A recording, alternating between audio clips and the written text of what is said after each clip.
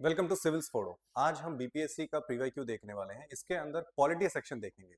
71st का question लिया है, उसके बाद हम 78, 69, 68, 66, 67 इस तरीके से हम पीछे की तरफ देखते जाएंगे।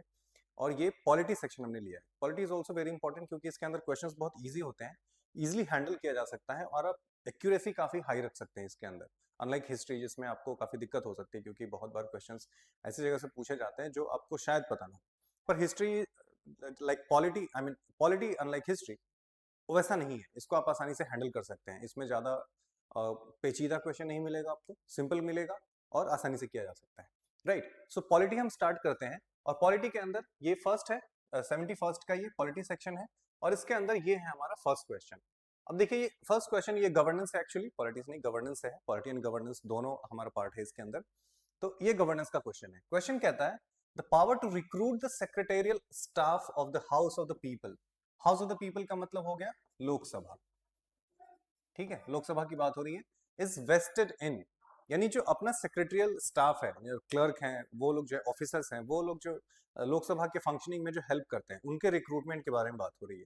ठीक है, सो इसमें देखो तो कौन इसको करेगा? Prime minister's office. अब देखो, प्राइम मिनिस्टर ऑफिस लोकसभा को क्यों इन्फ्लुएंस करेगा, उसके स्टाफ को? सो ये सही नहीं होगा। यूनियन पब्लिक सर्विस कमीशन का कोई रोल नहीं होता इसमें। ठीक है, तो ये चला गया। स्टाफ सिलेक्शन कमीशन का भी इसमें कोई रोल नहीं है। president president after consultation with the speaker of the house of the people, this is true।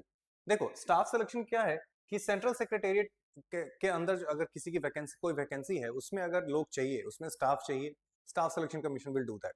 ठीक है, सो ये उस केस में होता है। पर लोकसभा का सेक्रेटेरिएट अलग होता है और इसके लिए वहां पे लोकसभा आई मीन लोकसभा में जो सेक्रेटेरिएट स्टाफ होंगे, उसके रिक्रूटमेंट के लिए president makes rule in consultation with Lok Sabha speaker. और अगर राज्यसभा है तो राज्यसभा के चेयरमैन के साथ कंसल्टेशन होगी। इससे रिलेटेड कुछ इंपॉर्टेंट फैक्ट्स, जैसे आर्टिकल 98 में ये लिखा गया है साफ साफ कि each house of the parliament has its separate secretarial staff, यानी कि लोकसभा एंड राज्यसभा का अपना अपना सेक्रेटेरिएट होगा। Recruitment and service conditions are regulated by rules made by the president. President इसके लिए रूल बनाएंगे, that too after consultation with Lok Sabha speaker in case of Lok Sabha and chairman in case of Rajya Sabha. Right, so ये जो चीज है यहाँ पे कि आपको याद रखना है ये कि लोकसभा का सेक्रेटेरिएट अलग होता है, राज्यसभा का अलग होता है, एंड सेंट्रल सेक्रेटेरिएट वो होता है जो मिनिस्ट्रीज की होती हैं, जो कॉमन होती है। ठीक है, सो ये चीज आपको ध्यान रखना है। This question was from governance. आते हैं सेकंड क्वेश्चन पे। ये कहता है अटॉर्नी जनरल के ऊपर। ये क्वेश्चन अटॉर्नी जनरल के ऊपर। अब देखो, अटॉर्नी जनरल ऐसा टॉपिक है जो कितनी बार पूछा होगा, आई थिंक जितने बार एग्जाम होते हैं उसमें एक अटॉर्नी जनरल पे क्वेश्चन जरूर होता है। तो this is a very important post. ठीक है, it is not entitled of audience except the Supreme Court. ऐसी बात नहीं है। अटॉर्नी जनरल इंडिया के किसी भी कोर्ट में जा सकते हैं, वहां पे जो हियरिंग हो रही है, जो प्रोसीजर है, उसको देख सकते हैं, ऑब्जर्व कर सकते हैं। He has that right. So only supreme court बोला है, सो दैट इज रॉन्ग। तो पहला हो गया गलत। Second, he gives advice to the president on legal matters. ये सही है क्योंकि गवर्नेंट जो गवर्न आई मीन जो गवर्नमेंट है, गवर्नमेंट का जो एक लॉयर होता है वो अटॉर्नी जनरल होता है। गवर्नमेंट का अपना लॉयर अटॉर्नी जनरल है, तो ऑब्वियसली वो प्रेसिडेंट को भी एडवाइस करेंगे। Cannot participate in the proceedings of the in the house of the parliament, ऐसी बात नहीं है। पार्लियामेंट के हाउस में attorney general can easily participate, can take part in, can participate in the house. पर वहां पे कंडीशन ये है कि ही कैनॉट वोट, वोटिंग नहीं कर सकते because he is not the member. He can take part in the proceedings. ठीक है, जो भी चल रहा है वहां पे, मैटर डिस्कशन डिबेट जो भी है, in that he can stay there, he can be part of that, पर वो वोट नहीं कर सकते। ये चीज आपको ध्यान रखना है। In is a whole time council of the government. ऐसा नहीं है। होल टाइम काउंसिल का मतलब क्या है? काउंसिल मतलब जो उनको लीगल एडवाइस देंगे। होल टाइम का मतलब है कि सिर्फ गवर्नमेंट का काम करेंगे और कोई काम नहीं करेंगे। दैट इज नॉट ट्रू, क्योंकि अटॉर्नी जनरल जो है वो प्राइवेट प्रैक्टिस भी कर सकते हैं। सम उसमें कंडीशंस होते हैं, पर प्राइवेट प्रैक्टिस भी कर सकते हैं। सो ये भी गलत हो गया। सो इसका मतलब है कि B is the right answer. ठीक है, आई होप कि ये क्लियर है। अगला क्वेश्चन देखिए, ये कहता है consider the following subjects belonging to the different lists of the Constitution of India. Which of the following subjects belong to the concurrent list? concurrent list के बारे में पूछा है। अब इसमें से बहुत सारा आपको नहीं भी पता है, फिर भी आपको कुछ चीजें तो पता होंगी कि जो प्रोटेक्शन ऑफ वाइल्ड लाइफ, ये concurrent लिस्ट का पार्ट है। और अगर फर्स्ट अगर ट्रू है तो या तो ये सही होगा, ओ सिर्फ यही सही है, ठीक है, एक ही तो इसी से निकल गया। वैसे income on agriculture, agriculture state का पार्ट है, तो ऑब्वियसली वो इनकम जो है वो स्टेट लिस्ट में चला जाएगा। टैक्स, इलेक्ट्रिसिटी कंजम्पशन पे जो टैक्स है वो अगेन स्टेट लिस्ट में आता है। प्राइस कंट्रोल, प्राइस कंट्रोल जो है वो कंकरेंट लिस्ट में आता है। So obviously 1 and 4 I think इसका यस 1 एंड 4 इसका राइट आंसर हो जाएगा। ठीक है, आई होप कि ये भी क्लियर है। ये सब कुछ देखो, इसमें क्या है, पॉलिटी में बीपीएससी का polity is not like UPSC का पॉलिटी, उसमें थोड़े घुमे हुए क्वेश्चंस होते हैं, पर यहाँ पे वैसे क्वेश्चंस नहीं है। यहाँ पे आपको बहुत ही स्ट्रेट फॉरवर्ड क्वेश्चंस मिलेंगे और इजीली आप उसको कर सकते हैं। ठीक है, अगला क्वेश्चन देखते हैं। Again, which which of the following directive principles do not follow Gandhian principles? ठीक है, गांधीयन प्रिंसिपल के बारे में बात की गई है। आपको पता है कि डीपीएसपी के अंदर गांधीयन प्रिंसिपल की बात की गई है, ठीक है, लिबरल प्रिंसिपल भी है, लिबरल एंड इंटेलेक्चुअल, ठीक है, और सोशलिस्ट है। अब ये जो डिस्टिंक्शन है तीन लिस्ट का, ऐसा कॉन्स्टिट्यूशन के अंदर नहीं बनाया गया है, ये लोगों ने बनाया है। उसी में जो लिस्ट में जितनी सारी प्रिंसिपल्स दी गई हैं उसको डिवाइड कर दिया है कि भैया कुछ गांधीयन प्रिंसिपल है, कुछ लिबरल है और कुछ सोशलिस्ट प्रिंसिपल है। ठीक है, ये सारी बातें हैं। लेकिन एक चीज आपको हमेशा ध्यान रखना है कि ये जो डिस्टिंक्शन है, जो तीन लिस्ट है, ये कॉन्स्टिट्यूशन के अंदर नहीं मेंशन किया गया है। कॉन्स्टिट्यूशन के अंदर ये मेंशन नहीं है। इस बात को आप जरूर ध्यान रखेंगे क्योंकि इससे क्वेश्चन पूछा जा सकता है कि क्या ये कॉन्स्टिट्यूशन में मेंशन है। ठीक है, तो ये बात आपको ध्यान रखना है। अब आते हैं कि कौन कौन सा इसमें गांधीयन प्रिंसिपल है। ठीक है, तो चलिए देख लेते हैं इसमें से क्या क्या है। ऑर्गेनाइजेशन ऑफ विलेज पंचायत, आपको पता है कि गांधी जी विलेज पंचायत के को लेकर के या फिर लोकल गवर्नेंस को लेकर के बहुत वोकल थे। तो ऑब्वियसली इसमें जो फर्स्ट ऑप्शन होगा ये तो गांधीयन प्रिंसिपल होगा। हाँ, पूछा है कौन सा है। Common civil code, promotion of cottage industry, आपको पता है कि कॉटेज इंडस्ट्री के ऊपर भी गांधी जी का बहुत प्रेम था। ठीक है, लोकल गवर्नेंस को लेकर के ग्रामोदय की बात करते थे गांधी जी, कि ग्राम का उदय, मतलब जो गांव में लोग रहते हैं उनका एम्पावरमेंट हो। So cottage industry, right to work. अब राइट टू वर्क जो है ये एक्चुअली सोशल प्रिंसिपल है। ठीक है, ये आप उस आइडिया से भी समझ सकते हैं कि राइट टू वर्क जैसी चीज या फिर इक्वल वेज जैसी चीज जो है वो सोशलिस्ट लोग लेके आते हैं। राइट, लिबरल तो बोलेंगे कि भैया इनको तो राइट टू वर्क क्या है, जो जो जितने कम में काम हो सके उनसे काम कराओ, तो उसमें तो राइट टू वर्क जैसी चीज आएगी नहीं। ठीक है, तो 4 नहीं होगा, 1 एंड 3 तो होगा ही। तो इसमें देखिए 1 एंड 3 है ऑलरेडी हमारे पास। ठीक है, 2 भी नहीं है। 2 ये जो कॉमन सिविल कोड है ये अगेन लिबरल प्रिंसिपल है। ठीक है, लिबरल इंटेलेक्चुअल कह सकते हैं उसको, तो उसका पार्ट है ये। तो आपको अगर नहीं भी याद है सारे लिस्ट, क्योंकि सारे लिस्ट याद रखना थोड़ा मुश्किल होता है, पर उस आइडिया को कि उस गांधीयन प्रिंसिपल क्या है, गांधी जी का आइडिया क्या था, उसके बेसिस पे आप इजीली इसमें फिगर आउट कर सकते हैं कि कौन सा सही है कौन सा गलत है। राइट, सो इसका आंसर हो जाएगा डी, 1 एंड 3। ठीक है,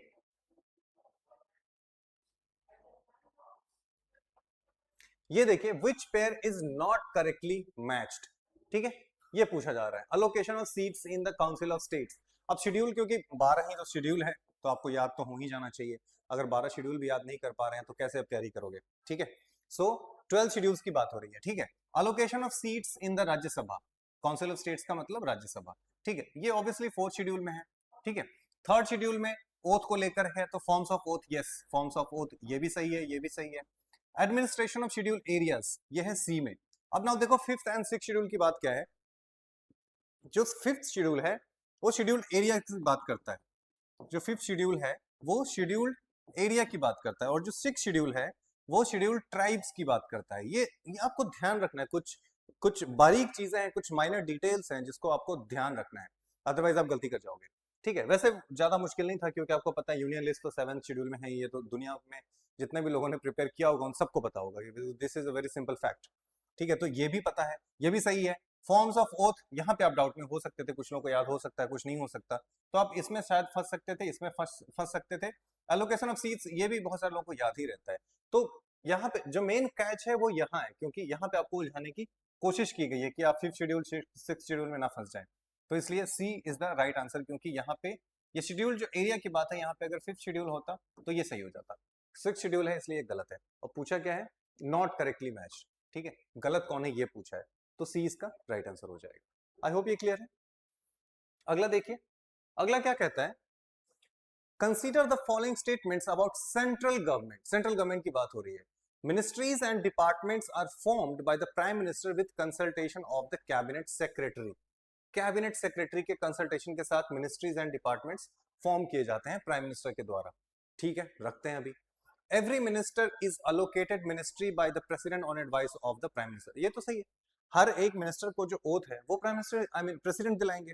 ठीक है, और वो मिनिस्टर कौन कैसे चुना जाएगा? प्राइम मिनिस्टर के द्वारा। Prime minister is the leader actually, उसके बाद जो नीचे जो सीनियर लीडर्स होते हैं वो सब मिलकर चुनते हैं ये सब चीजें, but it is the prime minister who decides finally. ठीक है, सो ये सेकंड तो सही है, फर्स्ट भी सही है, क्योंकि कैबिनेट सेक्रेटरी को क्या है, क्योंकि he is the senior most IAS officer in the country.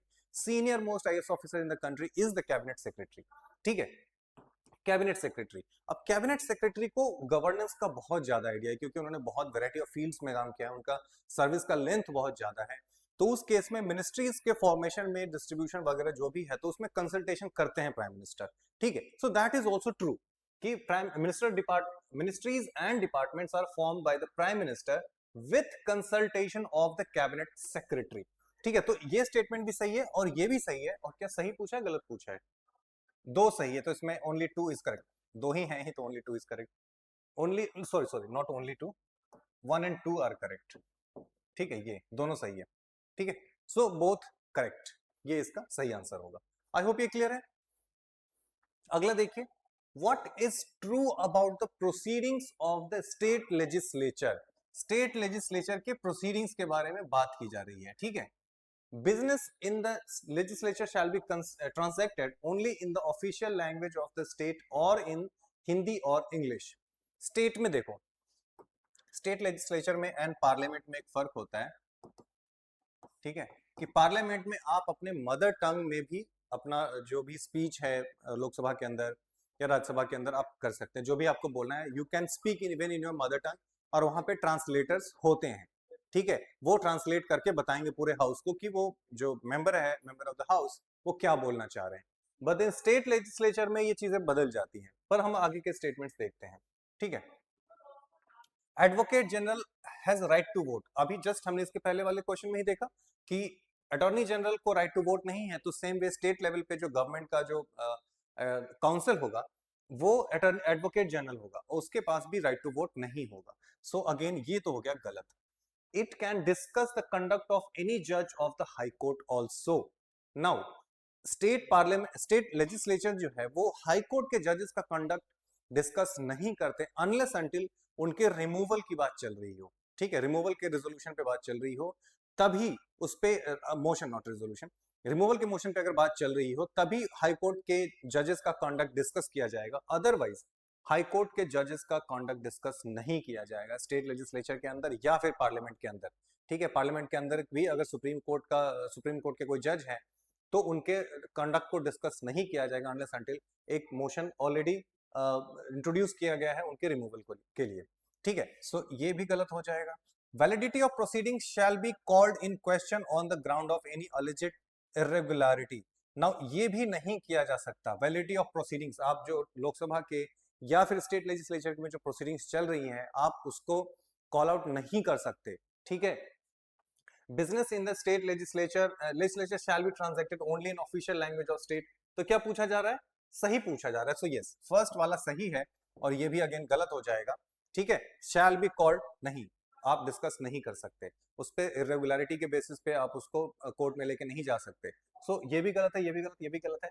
State legislature के अंदर आप या तो स्टेट का जो ऑफिशियल लैंग्वेज है उसमें बात कर सकते हैं या फिर इंग्लिश या हिंदी में बात कर सकते हैं। ठीक है, सो बात करना मतलब स्पीचेस, नॉट कि एक दूसरे से बात करना, that is not the scene here. ठीक है, सो ये वाला सही है, बाकी तीन गलत है। कैसे गलत है वो भी मैंने बता दिया एंड आई होप कि ये क्लियर है। ठीक है, अगला देखते हैं।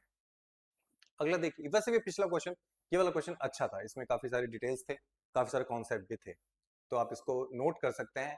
जब भी आप ऐसे क्वेश्चंस अगर आप देख रहे हो इस वीडियो को तो ट्राई की आप इसको पॉज करो, पहले क्वेश्चन देखो और साथ ही साथ उसका आंसर करने की कोशिश करो, then you go for the I mean solution, जो एक्सप्लेनेशन में बता रहा हूँ उसके बाद आप देखें। ठीक है, तो constitution of India provides for reasonable restriction on fundamental rights but reasonableness must keep in mind that. अब देखो, ये तो हमें पता है कि fundamental rights are not absolute, वो एब्सोल्यूट में नहीं है, कुछ रिस्ट्रिक्शंस हैं उसके ऊपर। ठीक है, क्या रिस्ट्रिक्शंस है उसके बारे में बात हो रही है। ये जस्ट कॉमन सेंस का क्वेश्चन है, आप इसको बिना पढ़े भी आप इसको सही कर सकते हो। लेट्स सी कैसे। The interest of the general public is safe guarded. Obviously आपके पास फंडामेंटल राइट है, राइट टू स्पीच है, but that does not mean कि आप कुछ भी जाकर के माइक लेकर के बोलने लगे, किसी कम्युनिटी को गाली दे रहे हैं, ठीक है। वो देखो वो चीज नहीं होनी चाहिए, पर वैसे इंडिया में होता है, वो अलग डिस्कशन का पार्ट है, पर नहीं होनी चाहिए। सो ये तो सही है, ठीक है। Prevailing social values and also social needs are not bar, actually bar नहीं है, बार्ड होना चाहिए, ठीक है। आर नॉट बार, पता नहीं कैसे ये लोग इंग्लिश लिखते हैं, चलो बार ही कर देते हैं, क्लियरिटी रहनी चाहिए। Prevailing social values and also social needs are not bar. देखो प्रिवेलिंग सोशल जो नीड्स है, जो सोशल कस्टम्स है, उसको भी रखा जाता है। जैसे कोई कोई पूजा कर रहा है, कोई किसी का रिलीजियस बिलीफ है, किसी का कोई कम्युनिटी बिलीफ है, कुछ भी है, तो उसके अगेंस्ट भी किसी को जाने की आजादी नहीं है, ठीक है। तो उस इन दैट केस ये भी सही रहेगा। Directory principles can be bypassed, ये तो पहले ही गलत हो जाएगा। चार में से अगर आपने पढ़ा तो, अगर बाकी के बारे में अगर आप क्लियर नहीं है, directory principle can not be bypassed. आप उसको fundamental rights and directory principle को एक तरीके से बैलेंस में लेके चलना है, ठीक है, बाईपास नहीं करना है। केशवानंद भारती केस में यही कहा गया था, और मिनर्वा मिल्स केस में भी यही कहा गया था। तो डायरेक्टरी प्रिंसिपल और डीपीएसपी के बीच में एक बैलेंस मेंटेन होना चाहिए, हार्मनी होनी चाहिए। सो थर्ड जैसे ही गलत होगा, ऑप्शन ऑप्शन में आप जा सकते हैं, 2 and 3 आर करेक्ट, तो गलत हो गया। अब आपको, आपके पास 3 ऑप्शन बचते हैं। Collective good is not greater. Collective, God, इनकी इंग्लिश तो नेक्स्ट लेवल है, ठीक है। Anyways, collective good is not greater, नहीं, कलेक्टिव गुड की बात हम देखते हैं, सोशल हार्मनी की बात देखेंगे, राइट। एक इंसान के फ्रीडम ऑफ स्पीच बचाने के लिए, या फिर उसके राइट्स को सेफगार्ड करने के लिए पूरी कम्युनिटी को हम परेशान नहीं कर सकते, या फिर उनको ठेस नहीं पहुंचा सकते। This is what it is, right. So collective good is not greater, ये गलत हो जाएगा। तो जैसे 4 गलत हो जाता है, तो ये गलत हो गया। अब 1 and 2 में आपको देखना है, prevailing social values and social also social needs are not barred. So ये the interest of the general public, ये पहला तो बिल्कुल सही है। prevailing social value and also social needs, इनको तो पहले थोड़ी इंग्लिश की ना क्लास लेनी चाहिए। prevailing social values and also social needs are not barred, नहीं, तो ये गलत हो जाएगा। नॉट बार नहीं होगा, वो एक बार होगा, ठीक है। Prevailing social needs and social जो कस्टम्स हैं, they stay, they become parameter while conducting, while keeping in mind the reasonableness, तो ये भी गलत हो जाएगा। And in that case only 1 इसका आंसर होगा, ठीक है। इंग्लिश थोड़ी अच्छी लिखे तो ज्यादा अच्छा रहेगा, ताकि क्लैरिटी रहेगी। पता नहीं क्या लिखना चाहते हैं। नेक्स्ट देखिए, who among the following determines the qualification which shall be requisite for appointment as member of finance commission। Finance commission के लिए कौन डिसाइड करेगा कि उसके लिए जो क्वालिफिकेशन है वो क्या होना चाहिए, ठीक है। देखो कॉन्स्टिट्यूशन में क्वालिफिकेशन एक्सप्रेसली मेंशन नहीं किया गया है, ठीक है। सो फाइनेंस कमीशन का अगर हम देखें, फाइनेंस कमीशन ये आर्टिकल 280 के अंदर मेंशन किया गया है, ठीक है। आर्टिकल 200 के अंदर, 280 के अंदर प्रेसिडेंट ऑफ इंडिया जो है वो अपॉइंट करते हैं फाइनेंस कमीशन, जबकि वो उसके लिए कोई रूल नहीं बनाते। सो काउंसिल ऑफ मिनिस्टर्स कोई रूल नहीं बनाता, ठीक है। Parliament bye act, yes, parliament bye act बनाते हैं। जो फाइनेंस कमीशन एक्ट है 1951, उसी में सब कुछ लिखा गया है कि क्या उनका क्वालिफिकेशन होना चाहिए, क्या सर्विस कंडीशन होना चाहिए, all this things are written there only. Union cabinet, again cabinet भी कोई रूल नहीं बनाता, तो इसलिए पार्लियामेंट बाय एक्ट हो जाएगा। और ये फाइनेंस कमीशन एक्ट 1951 है, जिसके अंदर ये सारे डिटेल्स लिखे गए हैं, राइट। आई होप कि क्लियर है। तो इससे आप देख सकते हो कि ज्यादा मुश्किल नहीं है, ठीक है। Consider the following statements. The summoning of the house means convocation. Summoning का मतलब होता है एक लोकसभा का एक नया सेशन स्टार्ट होने वाला है, तो कॉन्वोकेशन का मतलब वही होता है, सबको एक साथ बुलाया जा रहा है। So yes, that is true. Prorogation and session, ये भी सही है। प्रोरोगेशन का मतलब क्या है, एक सेशन एंड हो चुका है। सेशन का मतलब ये नहीं होता कि लोकसभा ही खत्म हो गया, ठीक है। एक लोकसभा जैसे विंटर सेशन हो गया, बजट सेशन हो गया, ठीक है, समर सेशन हो गया, तो वो सेशन जो है वो प्रोरोगेशन से खत्म हो जाता है, that is true. Dissolution terminates a house, yes, जैसे डिसोल्यूशन हो जाएगा लोकसभा का, तो वो हाउस खत्म हो जाएगा, फिर से इलेक्शन होंगे, राइट। अब उसके बाद इलेक्शन कराए जाएंगे, डेट डिसाइड किए जाएंगे, इलेक्शन कमीशन डेट डिसाइड करेगा और फिर इलेक्शन होगा। Prorogation of a house can be affected by the leader of the house alone, नहीं, leader of the house alone prorogation नहीं कर सकता, उसके लिए he communicates to the president and president prorogates the house. जो prorogation है that is the duty of the president, that is that right stays with the president. So चौथा जो है वो गलत हो जाएगा, उस केस में ये गलत हो जाएगा, और हमने देखा कि 1 and 2 तो सही है, so only 2. Summoning of the house means convocation, ठीक है, prorogation and session 1 2 तो दोनों सही है. out of this which is not true बोला है ना, so only 4 is true. ठीक है, I mean only 4 is not true, तो 4 इसका आंसर हो जाएगा. So again बाकी तीनों सही है and 4 is wrong, तो इसलिए 4 सही आंसर हो गया. ठीक है, I hope ये क्लियर है. अगला देखिए, Who is empowered to review financial position of the panchayat. अब ये सब बच्चों वाले सवाल है, कौन देखता है पंचायत का जो फाइनेंशियल पोजीशन है? फाइनेंस मिनिस्टर, फाइनेंस कमीशन होगा. Yes, finance commission constituted by the governor. इतना सिंपल, काफी सिंपल क्वेश्चन है. जो पंचायत का जो फाइनेंशियल पोजीशन है वो चीफ मिनिस्टर का ये काम नहीं है, फाइनेंस कमीशन का काम है, स्टेट फाइनेंस कमीशन. एक्चुअली इसमें स्टेट फाइनेंस कल गवर्नर लिख दिया है, तो स्टेट फाइनेंस कमीशन लिखने की जरूरत नहीं, अदरवाइज गलत हो जाता.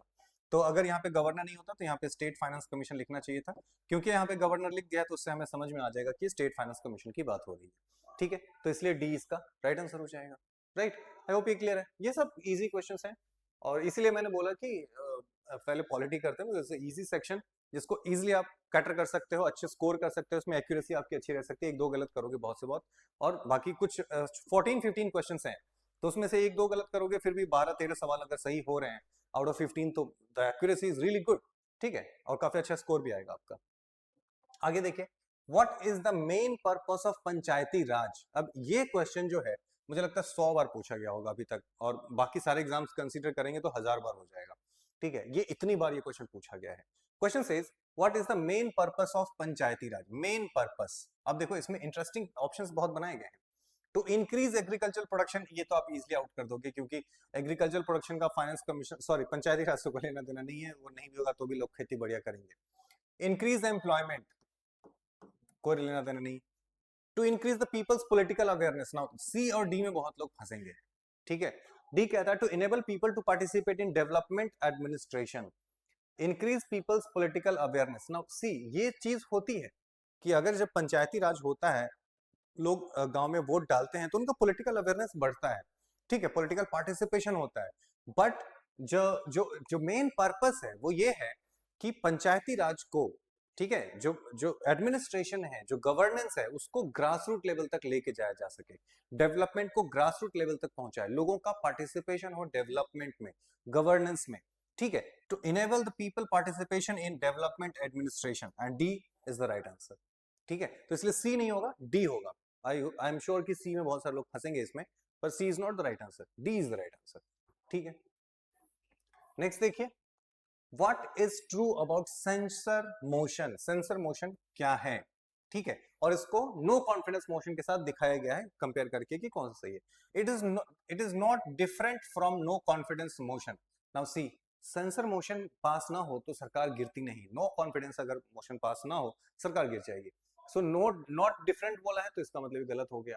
It is different from no confidence motion, obviously different होगा. तो आगे देख लेते हैं क्या पूछा है. ट्रू पूछा है, तो यही सही हो जाना चाहिए. It is not mandatory to mention the reason. नहीं, सेंसर मोशन में क्या है कि गवर्नमेंट की किसी पर्टिकुलर पॉलिसी को लेकर के, किसी बात को लेकर के डिस्कशन किया जाता है. ठीक है, उसको क्रिटिसाइज किया जाएगा, तो उसके लिए उसमें टॉपिक तो होना ही चाहिए कि किस बारे में बात होगी. ठीक है, तो ये गलत हो गया. इट इज मैंडेटरी कि उसमें आप लिखिए किस बारे में बात हो रही है. परमिशन, आपको परमिशन लेनी होगी पहले कि आप किस बारे में बात करना चाहते हैं. ठीक है, तो अगेन ये भी गलत हो जाएगा, and this B is the right answer. ठीक है, इसके बीच में डिफरेंस है, पर अगेन ये भी आप इन सबको नहीं भी जानते, फिर भी आपको पता है कि बी इसका सही आंसर हो जाएगा, क्योंकि सेंसर मोशन से सरकार नहीं गिरती, नो कॉन्फिडेंस मोशन से सरकार गिरती है.